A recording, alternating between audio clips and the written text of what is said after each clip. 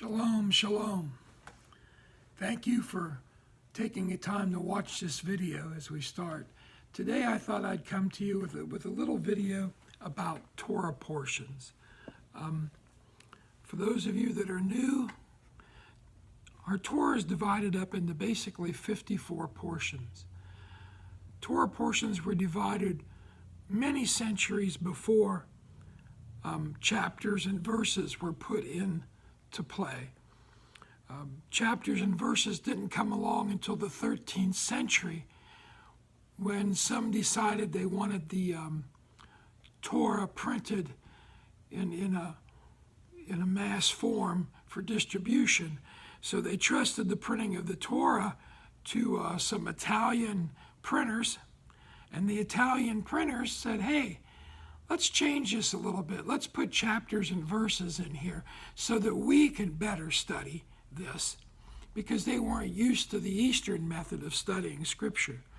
So the chapters and verses purely came from non-Jewish people. They just simply inserted it into it.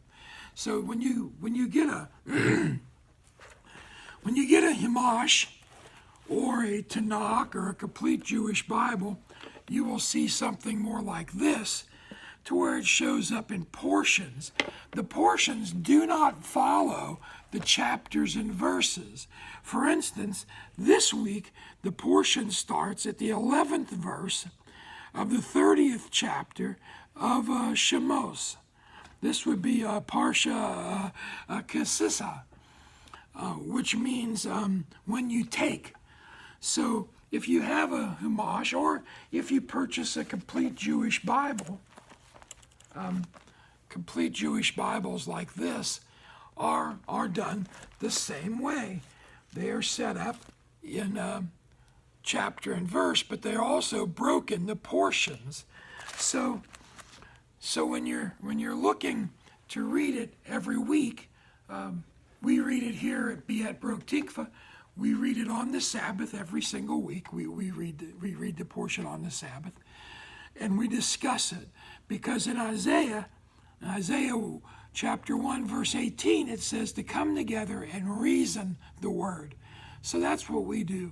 We do it in a very open atmosphere. Everybody has the opportunity to state what they think, what their thought is about that verse, or about that chapter, about the portion. So it works out pretty well having it portions. The portions work out to 54 portions a year. They start on the Simchat Torah every year, which this year falls, I think, in the evening of the 1st of October. And that starts the new portions. And then every Sabbath from there on out, we read a portion until we get to the end, which should fall just before Simchat Torah. And then we start over again. Now, the reason for this is because we're studying the Torah. We study the Torah in completeness. Now, we also read a section out of the prophets every week. And here at Biat Brok Tikva, we read the Renewed Covenant reading every week. In the complete Jewish Bible and in the Aramaic English New Testament, they both give Renewed Covenant readings that pertain to the Torah portion. So we use those. So, originally we all know that Torah was a scroll, and that scroll was divided into books, and there are 5 books in this Torah scroll, or 5 scrolls put together in this one big scroll. And in this, then there are no chapters and verses, but there's a break, a little section of open space between one book and the next book. So we then know that we're getting ready to start another book. The actual breaking down of Torah portions took place, excuse me, my voice still isn't back yet, during the Babylonian exile. During this time of persecution, the Torah was broke down into portions so that the believers at that time could read a particular portion every week and study that portion. This happened during a time of the Babylonian exile, which was a time of persecution for the Jews. You can read about that in history. You can also read about that in the prophets. Prophets like Ezekiel and them speak about the exile. The Babylonian exile took place way long before the 13th century, breaking down and putting chapters and verses to it. So in the time of Yeshua, he would have read Torah portions every single week. He would have read the portion. And being a rabbi, he would have taught that portion every single week.